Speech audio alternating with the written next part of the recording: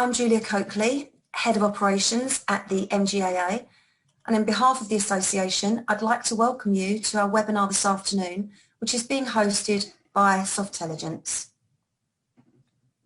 Before I introduce our presenters, I'd like to run through a few housekeeping points. Please ensure your microphone and camera is off. If you'd like to ask a question, please use the chat button at the bottom of your screen, which will be answered during the Q&A session following the presentation. If we do run out of time and don't have an opportunity to put your question to our speakers, our presenters will be happy to pick this up post-event. This presentation is accredited for CPD points if relevant to your ongoing professional development programme. The video will be available on our website and uploaded to our YouTube channel, and we will be providing a copy of the slide deck post-event. Please do take time to respond to our feedback survey, which will be issued after this webinar.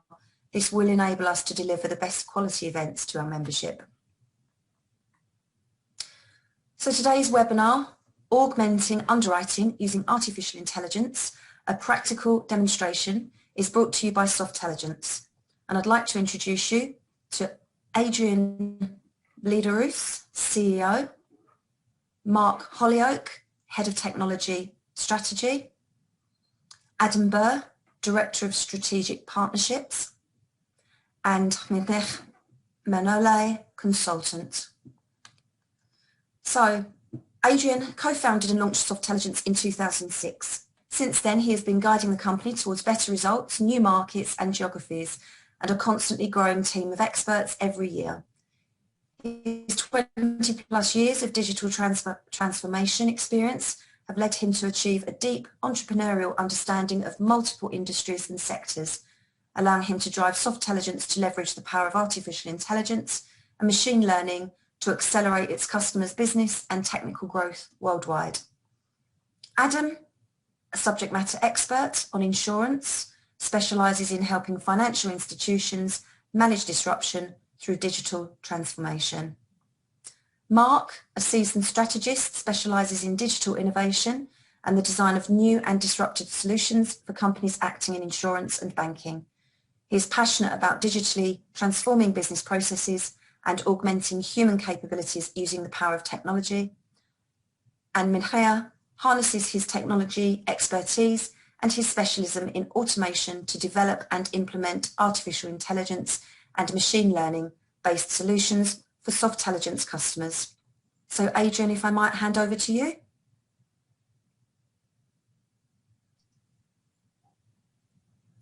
Adrian, you're just on mute. Sorry, it so just happens a lot these days. Thank you very much, Julia. And hi everyone, I'm Adrian. I'm very happy to be with you today. I am CEO and co-founder of Softelligence. A few words about Softelligence. At Softelligence, over the last 15 years, we have been delivering services and solutions to insurance industry players such as Beazley or Howden in the London market, or Allianz and Vienna Insurance Group on the continent. If there is one thing that I do believe we do well is bridging the gap between business challenges and technology due to our deep domain knowledge and people orientation. I hope that through this seminar, we will be able to provide you with a pragmatic approach on using artificial intelligence in underwriting, and also we will be trying to demystify the hype that is around artificial intelligence, and also the, maybe scatter a little bit the mist. And without further ado, I would very much like to introduce Mark Hollyoak. Mark, here's to you. Hello, welcome to meet you. Yeah, this is interesting what Adrian's saying about. It's a very fast-moving area of AI and ML, and there is a lot of hype and mystique around, and fear, I would say, about AI too. So what we'd like to talk you through is essentially what it is. What is ML and within AI, why these emerging technologies are important, how mature they are, because they're growing, but they're at an early stage, but why now why should we start to look at them and how they could bring value to the business now? We need to also discuss the specifics of how we can improve the insight for you in your particular domain of your business, and what it's particularly good at is around decisioning, where human intervention is required, and enable you to automate the rest. So improve your job at work, and also the business to get more value.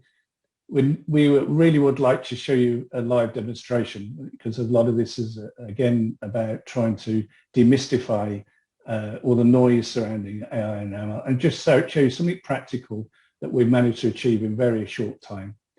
And then give you some ideas on further applications and where you can start on your journey across the insurance life cycle, which we cover, from underwriting, prospecting, quote bind, policy management, claims management. How can we bring these technologies to use in your business? Next, please.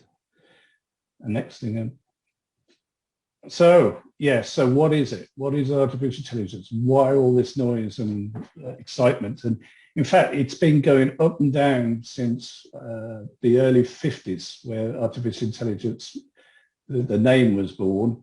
There's a lot of theories around actually and evolved within this whole space, but mainly it's about essentially trying to mimic what human beings are capable of in perception, learning, how we problem solve and make decisions, and even more, the synthesis of all of these things is a very high order part of what we actually take for granted as being a human being. What we actually do is very, very hard for a machine to even start to emulate. What is machine learning? Well, actually it's a subset. It's a subset of artificial intelligence. It's actually empowered by data. So if you don't have any data, your machine learning is pretty damn useless. It needs a lot of data. And we'll talk about why now, but essentially it's to do with using algorithms to train on this data to give you predictions and inferences. So again, with artificial intelligence and the wider scope of it, we've seen a lot of deployment of what's called robotic automation. It sounds like it's mechanical robots. It's not the thing. It's actually essentially using software to drive the screens you normally use software to drive what a human being could actually do on forms. So you train it, and it will and therefore drive the workflow behind those set of screens, and it can integrate across a whole range of legacy applications that you might have. So that's one of the reasons why that's taken off very much so in the insurance industry. Mimicking cognitive capabilities, again, we're on a journey on that. I'll just go on to maturity where we're at, but we're quite a primitive state on that. But it's got huge applications across all industries. And the main thing is how we want to use AI, and the main use, and a lot of things like ethics are coming into place now, how we use it as we start to discover its capabilities. But we're really being used to enable us to do more with less, to augment what we're trying to do and not to replace what we're trying to do. Machine learning subset, machines learn from data. We'll talk about that. That's why it's so relevant now. And it's around predictions, inferencing, classification, and helping us make more rapid and effective decisions.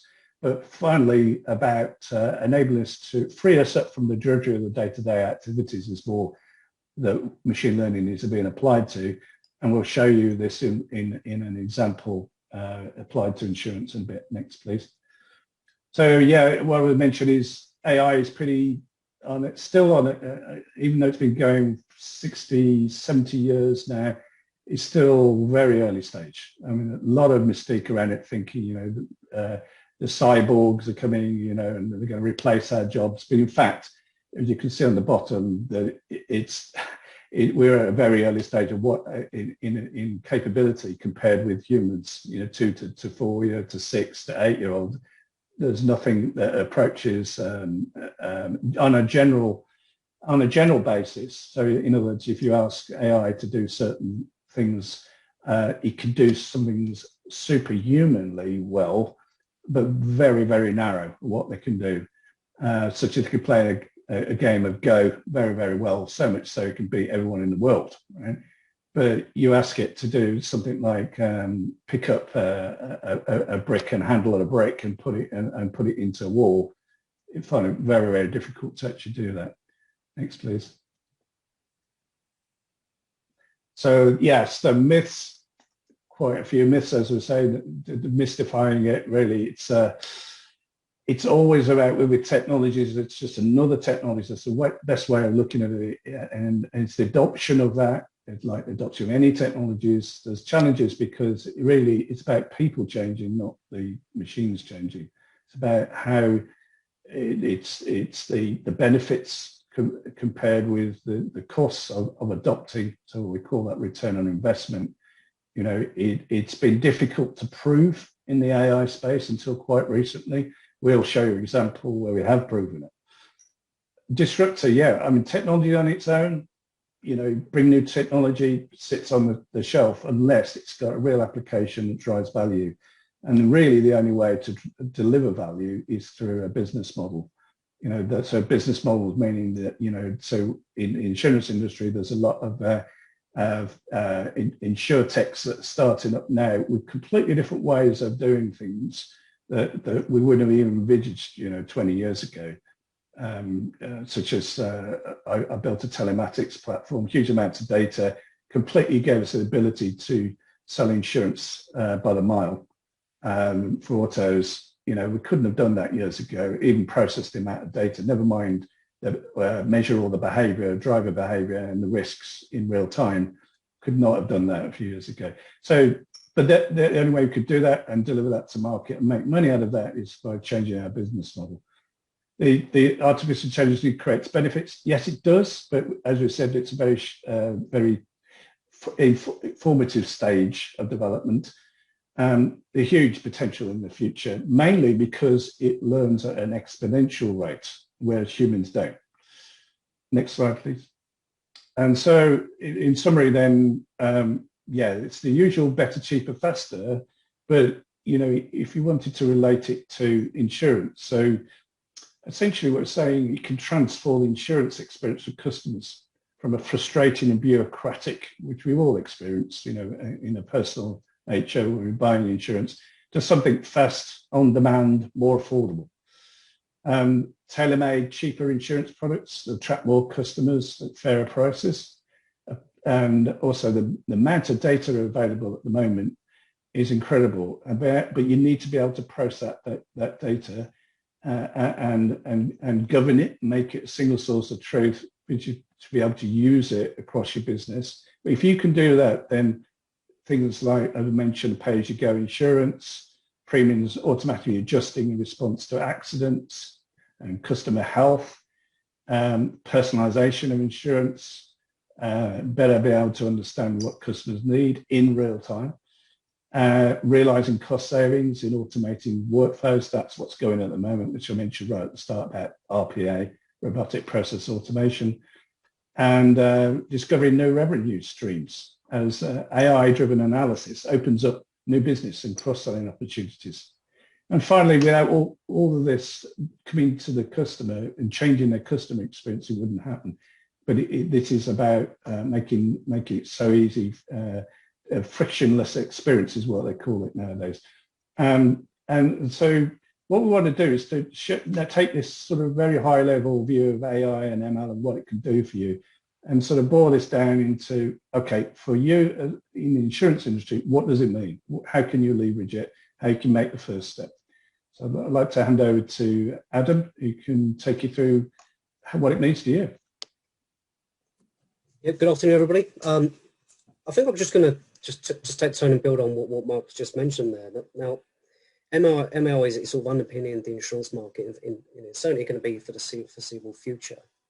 What I suspect we will see is a wider adoption from insurers beginning to take advantage of the vast amounts of data that we're coming into contact with on a daily basis. Now, as Mark mentioned, ML needs data, but we've got an abundance of that within the markets.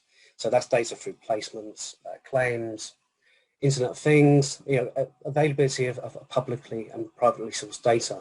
Now, and until now, data by definition has been historical, but as ML is advancing at an unprecedented rate, what we're going to begin to see is it complementing the full insurance life cycle. I think what we'll begin to see is it position insurers to start leveraging their data and start beginning to make some informed decisioning. Now, what I thought would be useful is just take this as an opportunity to walk through a scenario where we have simply applied ML to a real-life business challenge. Now, as the title suggests, we're going to do that in augmenting referrals. Now, excuse me, there are many cases, as Mark has already described, with pay-as-you-go and such, where we can apply ML. We're currently working on prospecting growth also as an addition to that. But I think the reason we've chosen referrals is that it provides a good example of the application it has to underwriting. Now, as we know, the use of digital quote and bind journeys are often frequently subjected to a digital hard stop. It's triggered it instigates a digital hard stop that wasn't intended. So, and it can only be resumed when there's a human intervention that's mediated the problem. Now, I'm not going to get into the complexity of underwriting roles and given the audience, but what I think it's fair to say that there's many contributors to consider when we're underwriting manually. But rather than focus on this, what I thought might be useful is if we just look at this from a different perspective. Now, as I see it, the consequence of what referral truly generates, it prolongs the period of a quote and bind process. We will certainly see an attrition of lost customers who are taken out of a bind state. And more importantly, it's the cost of staff time to process the renewals. We can also begin to see the inconsistent underwriting that requires regulatory justification. I treat a customer fairly, and the right quote from Mr. A, customer A and customer B. And obviously underwriting as well, as we all know, it's for the last 20 years, it's for my personal opinion, it's depended highly on experience, employee experience. So there's a lot of intellectual property that remains with an underwriter themselves.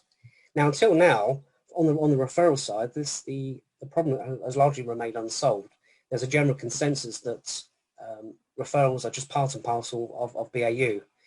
But what we've begun to do was leveraging the capability of ML and begun applying the surfacing insights. So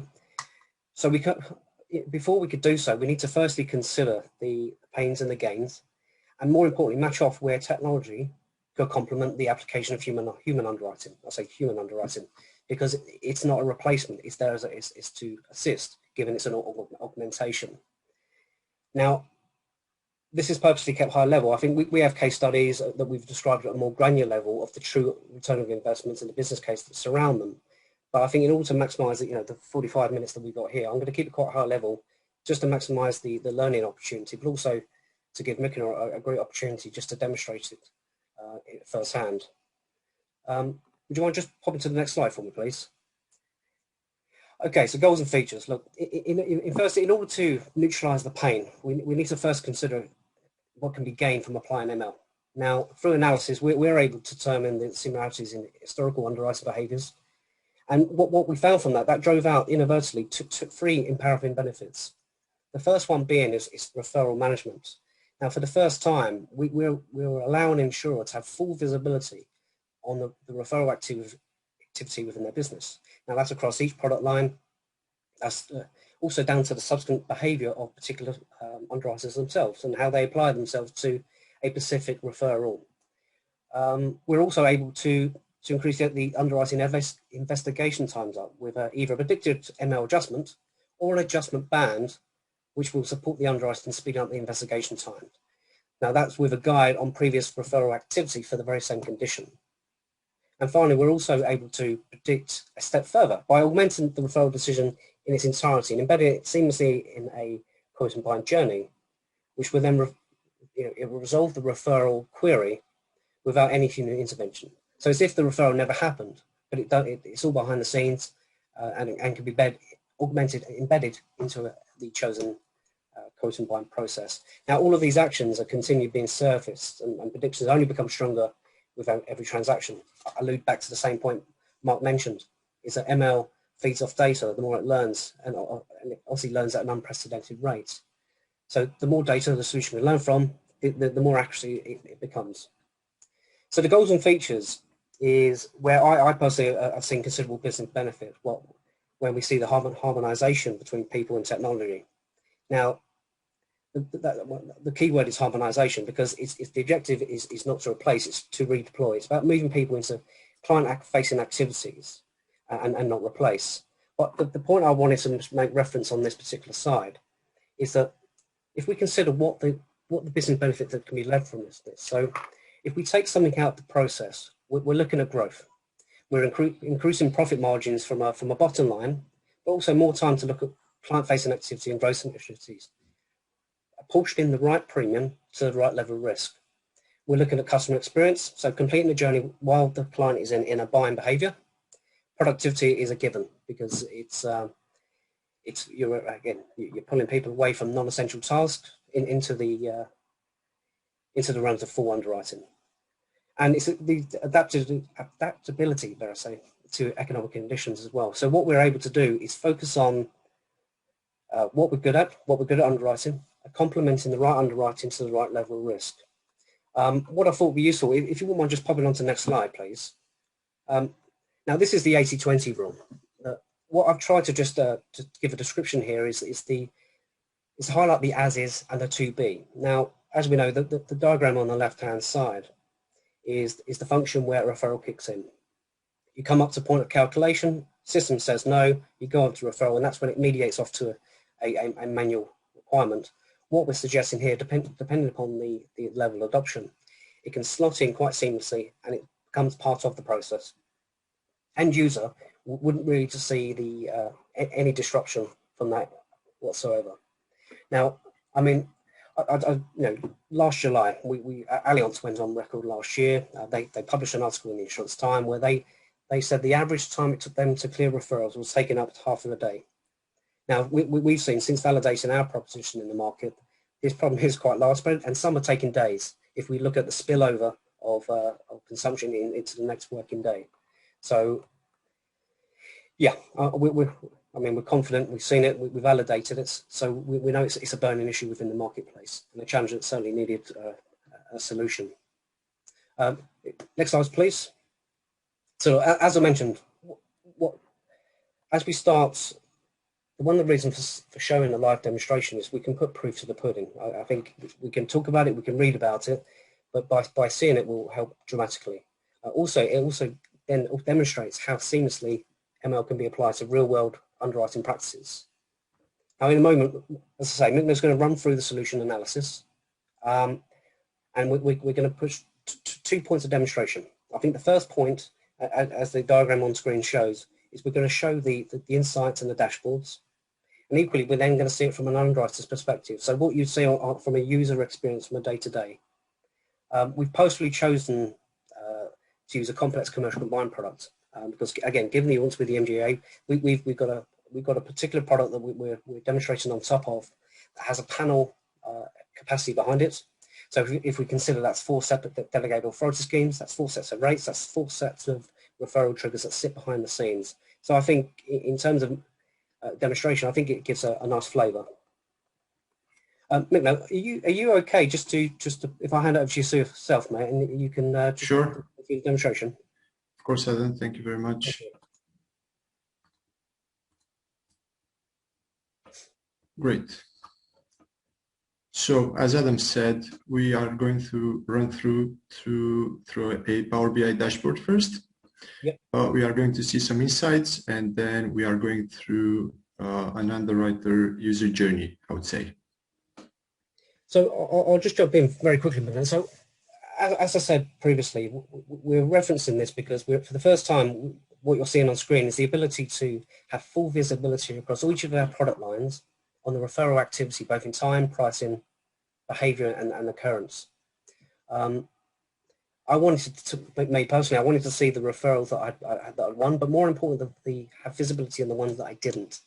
So I'll just go through it in sections. So if we look on the left-hand side on the pie chart, what there is highlighting at the moment, what we've drawn out here is that there's 40% of the referrals that were triggered as a consequence of the system, as a consequence of delegated authority. There were system triggers.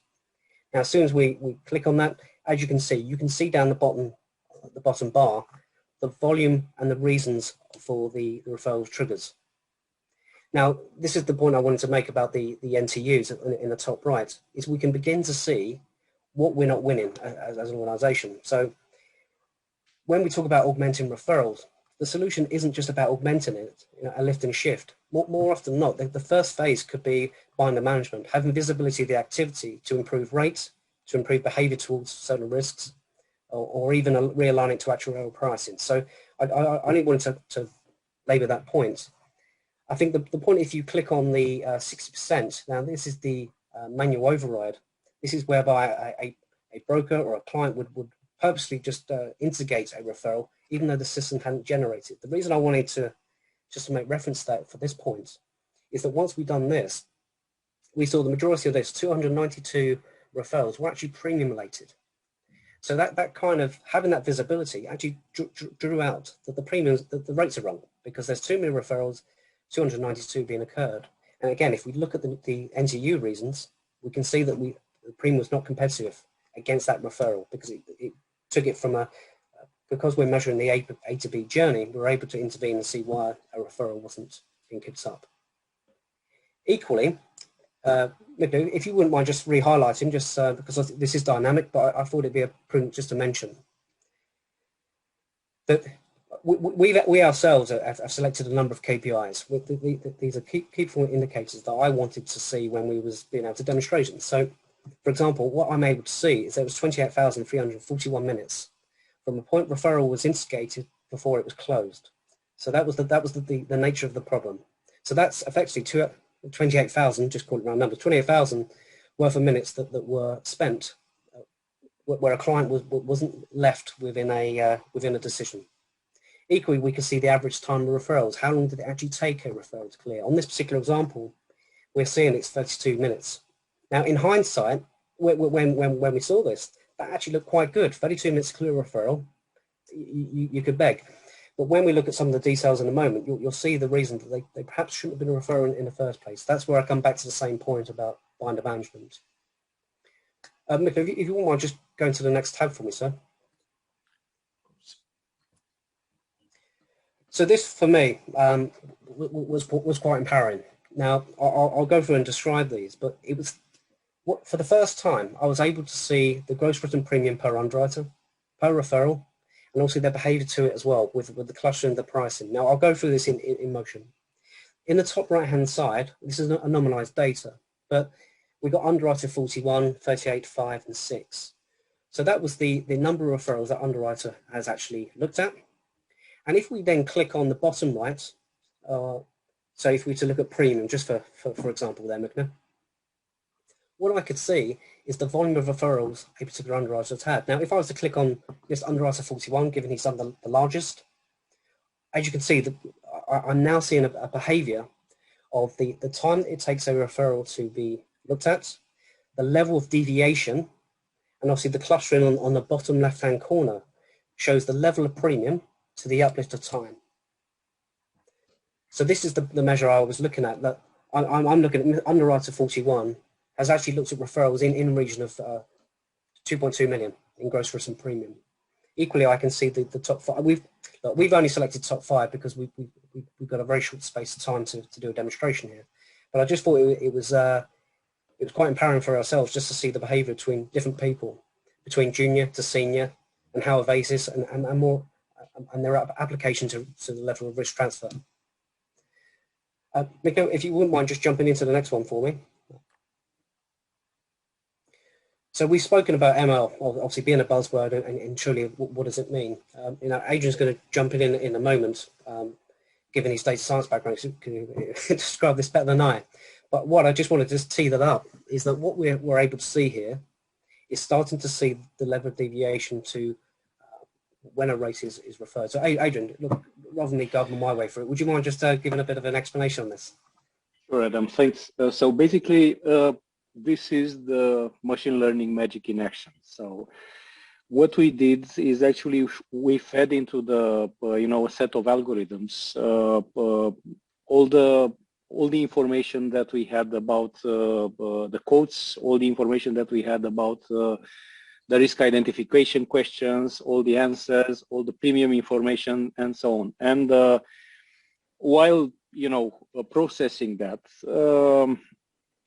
the machine learning algorithms actually managed to split the referrals into 3 segments based on their similarity.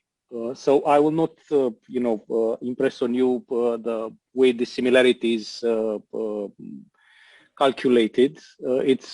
It's quite complex, mathematically speaking, and Adam says that I have a background in data science, but my background doesn't go that deep. So we have data scientists that could explain that better. But what you can actually see is that while there are overlapping regions in terms of when we have the duration and against the premium uplift, when we are basically looking at one of the segments, Mikna, if you please, this one.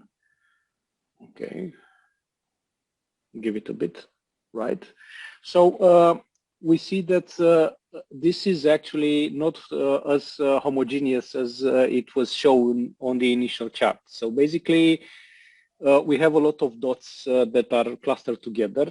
You see that in the left bottom corner of the chart, but you also see that there are clearly some outliers, which means that there are referrals that have not been treated similarly, although they were similar from a risk perspective. So they either took a long time to clear, or the premium uplift is not as close as it should have been.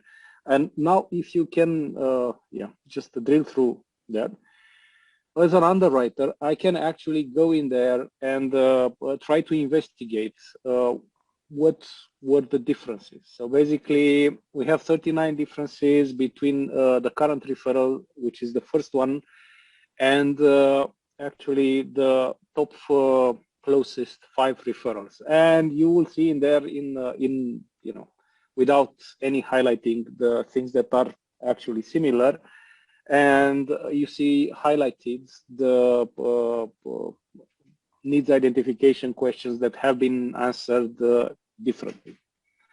This is basically helping someone that is trying to assess a new referral and against the let's say collective experience of the whole underwriting team and how other risks have been treated in similar situations. Adam, do you want to elaborate more? I was just going to bring that back from a business perspective. So if we look at the codes on the left-hand side, essentially what we're looking at is with the similarities is it down to construction type, building, postcode, wage roll, turnover. We're looking at about 120 different attributes of how the risk could be found to be similar. Now, for the sake of example here, of demonstration, we've only selected five referrals. From an insurer perspective, depending on your various different product lines, we're going to see hundreds, if not sort of thousands of referrals that the ML will tag into and find the similarities of behavior. So, as I say, I only wanted to show this because I think it gives some really, it gives some appreciation of what's happening behind the scenes. But what Midnight was going to show is what would an underwriter typically see on a day-to-day basis. So this is a real, like a data science view and a dashboard surfacing the data. But from a day-to-day, it'd be great if you could just show how the quote and buying process would work on a day-to-day. Now, just the point I really want to make before Midnight jumps in, this is an augmentation. So this can tag on top of any other quote and bind process that you have. We're just showing you a quote and bind that we've just plugged. So it's a plug and play type scenario. It isn't dependent on us facilitating the quote and bind process. Mikko, are you all right just to jump in on the presentation, please? Sure. Hello, everyone. Thank you for attending. So what we are going to show is actually a user journey for an underwriter. So we are using this system, our browser-based application, just to provide you the context as the referrals are built into the system. So I'll be logging, I log in with an underwriter user into the system. And the reason for showing this is because, as Adam previously said, the referral modeling is based upon a complex commercial combined product. It has indeed 4 separate insurers, which obviously will mean 4 delegate authority schemes and 4 sets of rates. So you see on my screen now is just a basic dashboard for an underwriter where he can check policies or outstanding quotes. And if I'm clicking on the outstanding quotes widget, what I'll see next is a list of quotes that are sent to underwriter. Their status is underwriting in progress. Quotes sent by the brokers that have referrals triggered. And I'll be showing just one of the quotes made by a broker and sent to the underwriter. So let's pick up randomly. Let's take the third one, for example. So after clicking on it, the following screens are actually the quote and bind journey that the broker has already filled in. And because there are referrals triggered, it has been sent to the underwriter. So right now on my screen, you'll see the summary details section where you'll see just some generic information about the customer, about the policy, like policy start date, end date, a few risk questions, and so on.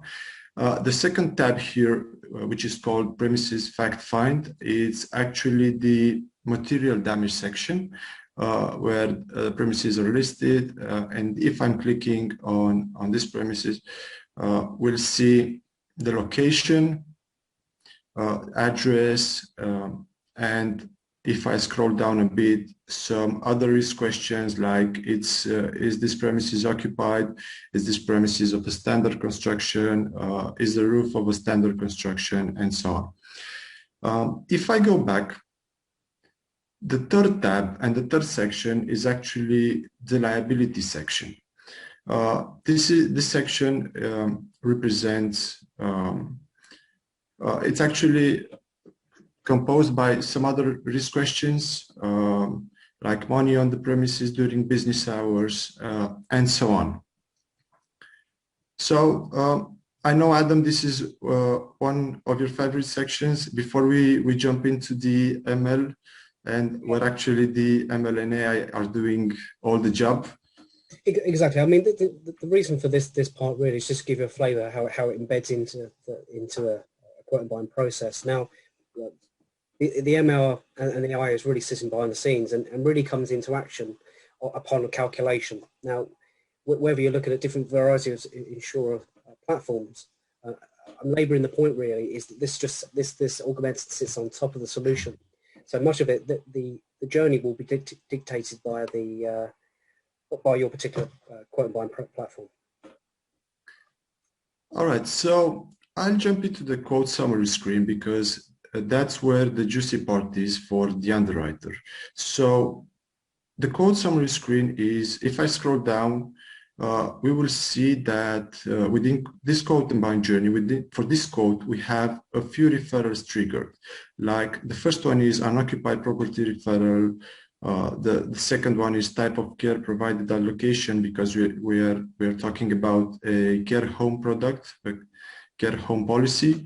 And the third one is effective date referral. But let's pick, for example, the first one. So unoccupied property referral. By clicking on view referral, the next part is just an informational screen about the referral, just the notes that the broker has already inserted when he did the journey, the history of the referral, when it was created. But as I said, the juicy part is in the following step, and that's the premium details.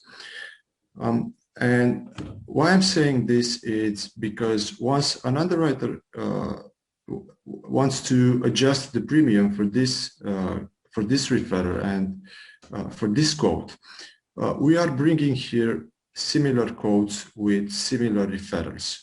So this is where the machine learning and AI are involved in. And by clicking on view similar quotes, this is the point where the system is pushing me back to the Power BI dashboard that you already seen. this is the point where our referral is actually compared with other referrals, where we see the differences, where we see the similarities, and so on. But what do we want from this? So we don't need the underwriter to go and investigate those referrals. So because we don't want to spend too much time into that, we don't want to spend too much time to go into other codes, find similar referrals, see how those codes and those referrals were adjusted, and so on. Therefore, we are bringing an adjustment band. So this is the adjustment percentage for the asset protection section, for the material damage section, and the underwriter has received from the ML algorithms and AI an adjustment band based on other similar referrals. And also,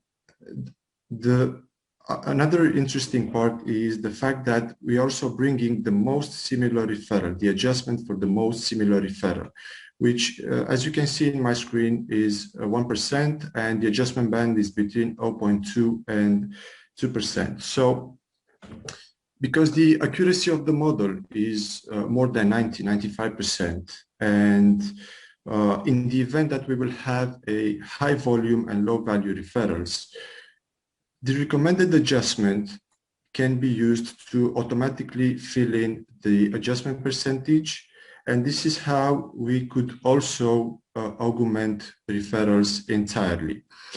Another thing that underwriter can do is the underwriter can improve the system through the machine learning and AI. And why I'm saying the underwriters can improve the system is because we have a built-in functionality that allows underwriter have a reaction. They can thumbs up if the recommended adjustment have indeed helped him, and the machine learning algorithm will actually improve by taking into consideration the underwriter's reaction. But in case the recommended adjustment wasn't helpful for the underwriter, he can, of course, thumbs down, and this is where the system will look into, and this is where machine learning will look into why it didn't help him and why it wasn't useful, and actually it's the way that machine learning improves everything. So let's say that it was indeed a recommended adjustment. So we will apply all the changes into the premium. So the premium will be adjusted. No need for me to go and look and investigate and spend more time into searching for other codes and see how see the behavior and so on. And Mika, that's the point I suppose I just wanted to bring to life. That what the system has done behind the scenes is looked across all the trading referrals of similarities and is surfacing that data to provide a consistent behavior. Whereas, from past is you would approach a referral in what you believed that should have been done. So there is an element of previously it being subjective. Now that you're working to real cold hard facts that have been services from the ML solution. I think the point that the recommended prediction, so the system is saying this is based upon similarities, this is what the adjustment should be, Mr. Underwriter. Do you accept it, or do you think if it's not? If it's a no, then as Mika has rightly said, it just feeds into the learning cycle that the system only becomes stronger with every action that's undertaken on it. Now, to the point that of the recommended adjustment, i.e. or the prediction, is that's the point that we made about that we could augment the referral process. And now we're showing this within a quote and bind journey. Now, typically that could just be fed into the back end, and then the journey would be seamless. But the investigation time of surfing across a whole array of different product lines of the band will certainly speed up the investigation time when considering a referral. And there's hyperlinks. Now we've only directed you to the property section because obviously the referral on this particular occasion was on our property. Excuse me. But the beauty is that we can tag this in, and it can just direct you to whatever section has been previously amended. Exactly. So this was our demo. So now that the demo has concluded, I'm going to handle back to Adi. Thank you, Michael. It looks easy, isn't it? This is why Leonardo da Vinci was saying that simplicity is the ultimate sophistication. And that actually powerful things are almost always simple, or they need to look simple. I mean, think about other applications of artificial intelligence or machine learning like Siri or Alexa or, you know, intelligent conversations that you can have with your car even these days, right? So basically, all in all, what we have presented is also taking an approach that we have, you know, improved over the time in delivering digital transformation. And we like to have a consistent approach so that we can have consistent results. Each and every time we need to have good results. And basically, in not so many words, trying to be conscious of the time as well, what we do is actually we are looking at an existing process, an end-to-end process. In this case is the quote and bind process. And we are looking at, we are analyzing it, and we are digitizing the process. Obviously, we are using platforms, but last but not least, we also need to remove some of you know, the frictions or inefficiencies of a manual process. For instance, manual checks can be replaced with API integrations, or you know, signatures with electronic ones, and so on and so forth. And I dare to say that at this point, most people are planning this far. But in our experience, we don't actually stop at this point. Because when everything goes live, you know, the business owners, the process owners, they try to go back and look at the digital process in the same way as before. Judging by the same KPIs, using the same, you know, compiled reports, and the compiled reports take time, and they have reports that, you know, are, I don't know, weeks or even months old. And they are looking at the same KPIs. And it's not the KPIs that are wrong, because probably the KPIs still apply. But the way that those reports are put together, well, it needs to be improved as well. Plus, there is a lot of extra possibilities that appear at this point. This is why we imagine from the beginning a data-centric process, which means that we are digitizing the offline processes, but we also take into consideration the reporting needs altogether. So when the process go live, so do the dashboards, and you can have a near real-time view of things that well, were not even visible or possible before. What can we do next?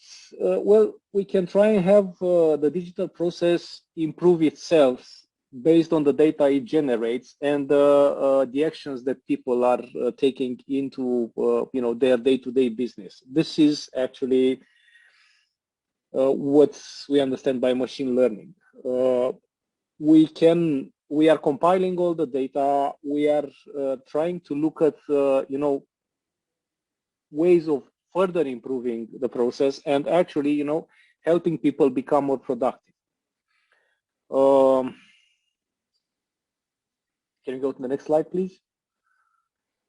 This is something about us. You can go on our website and learn about these things. I will not linger necessarily on this slide. And at the end of this seminar, I would very much like to paraphrase one of my favorite authors, which is who is Yuval Noah Harari, who was saying that in order to remain relevant in the age of technology, we must focus on what is unique to humans. And that's why we understand that underwriting is more than risk selection and pricing.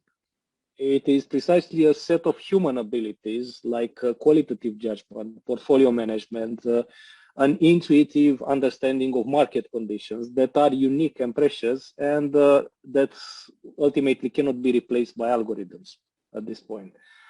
I hope we managed to go through all the learning objectives. I hope we managed to shed some light into how machine learning and artificial intelligence, which are actually basic tools, can be employed to make better decisions in insurance processes.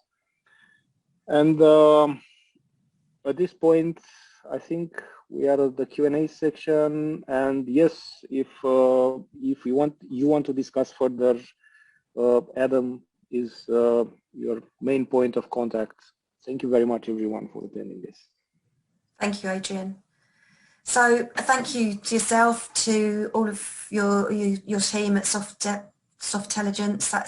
It's been very informative, and I think the demo is always incredibly helpful, because I think it's an area that can get quite technical and to my view anyway, quite confusing. So I think the demonstration of what people would actually see makes quite some difference. I have got a couple of questions if you're happy to answer those. So the first one, if an underwriter overrides the system recommendation and machine learning takes that decision into account for the future, isn't there a danger of building on wrong human decision? Adam, do you want to take this one, or do you want me to? No, I'll read from the business perspective. I think it ultimately comes down to the visibility. Is that what we're doing is surfacing that data. Now, look, I think that's a really good question, and it's a really human question in so much of a real life. That's if we're ultimately pushing in wrong decisioning, we'll be able to review that given the visibility. So, for example, one point that we spoke about was about surfacing the underwriting behaviour to appetite. So, what type of business that you want to do, comparing it to the actuarial and the underwriting guide pricing. So, to answer the question directly, I think this with the system, it has the capability to surface any wrong underwriting behaviours, especially when you start marrying that to your claims data. Can I add something to that, please? So basically, machine learning operates with data at scale. So one bad underwriting decision, it's not going to change the balance towards more bad underwriting decisions. And but if the bad underwriting decisions are coming one after another, I think the business will have a bigger problem than the recommendation engine that sits behind the and the recommending underwriters. Good point. Not so good things. That's a good question. So the next question is, good data is key to this working effectively. Is machine learning able to compensate for known inconsistencies in data sets? Mark, do you want to take this one, please? Another good question. There's new techniques coming out all the time in reinforcement learning, which doesn't need to be trained on historical data. It does it by trial and error, just like when we drive a car. In fact, that car intelligence, automotive intelligence, is based on reinforcement learning. So yeah, interestingly, traditionally with ML, it's dependent on data and quality data. And what does quality data actually mean? So one of the in fact, a lot of the effort, we've got actually a good picture about showing this, that ML is a tiny bit in a whole series of activities that you need to perform to get the data into a good enough state for it to be able to, essentially the human beings to be able to trust it, to feed it to the machine learning, and ingesting from all different types of real-time and batch data, from legacy systems, from public data, bring it all into a single source of truth that the company itself, the business itself, can agree, yes, that is the right type of data for the business objects, essentially, that have been managed by human beings. Now, the other side of the equation is, so what do you do with the predictions on that data, and how do you make them relevant? One of the interesting things about ML is you have to keep it relevant. You keep it trained, because you've got new data that's coming through all the time, and that can drift out. That can statistically drift out of what you've actually trained the machine learning on in the first place. So you have to keep continually training this we call that in a production in a live environment. So there's actually two pieces. One is the data coming in, and also how do you manage that to keep it relevant to the business needs coming out. Thanks, Mark. So on that point, as we've agreed that the machine learning depends on data, how would an MGA go about getting all the data, all the relevant data together in order to feed the machine learning solution? And did you want me to take that one as well? Or do you Yes, want to... please. Yeah. Again, back to this is, again, you're talking about the mechanics now of how you get the data. So imagine a data pipeline. So essentially you've got raw data coming in from various devices. Now, they could be coming in from social media, they're coming in from, because there's obviously trends in social media analysis, sentiment, what we call sentiment analysis, which actually can influence the claims process, for instance, and fraud and error, right? So you're actually triaging across a wide range of data sources and making intelligence across those data sources. But so the pipeline, imagine you got access to real-time and pools of data locked away in your legacy systems. That's one actually really big problem to solve, but we are experts at this. We're experts at integrating with legacy systems. Actually, funny enough, I mentioned about RPA right at the start. What RPA is really good at is interfacing with legacy systems and driving the workflow process. It can actually extract data from their legacy systems as well. So you don't, one of the problems, of course, and especially in the insurance industry, is the legacy debt, and how do we extract the value out of older technology and layer on it the machine learning that can get that insight. So one is integration on the front end of that pipeline, that data pipeline. And then you've got to get it into a known, let's say, agreed, what we call the single source of truth, right? It essentially is, you've got to have what's called data governance around it, and agreed business leaders who can say, right, so a policy for this particular product, these are the fields. So it's as simple as that, and if you talk about another business unit and I have another policy with a different product, and these are the fields, but there's a common set of data across that. So to get to that single source of truth, you have to somebody who's expert at modeling and creating, we go into different techniques of modeling to make it flexible enough, because the problem about data is once you start to build essentially a database, right, whatever you call it, still a database, you've got a problem at how do you keep that relevant and changeable. So we use different modeling techniques to help that single source of truth to be relevant to the business. And then you get the final, say, piece of the pipeline where business users can have their own view of that data. And what we've got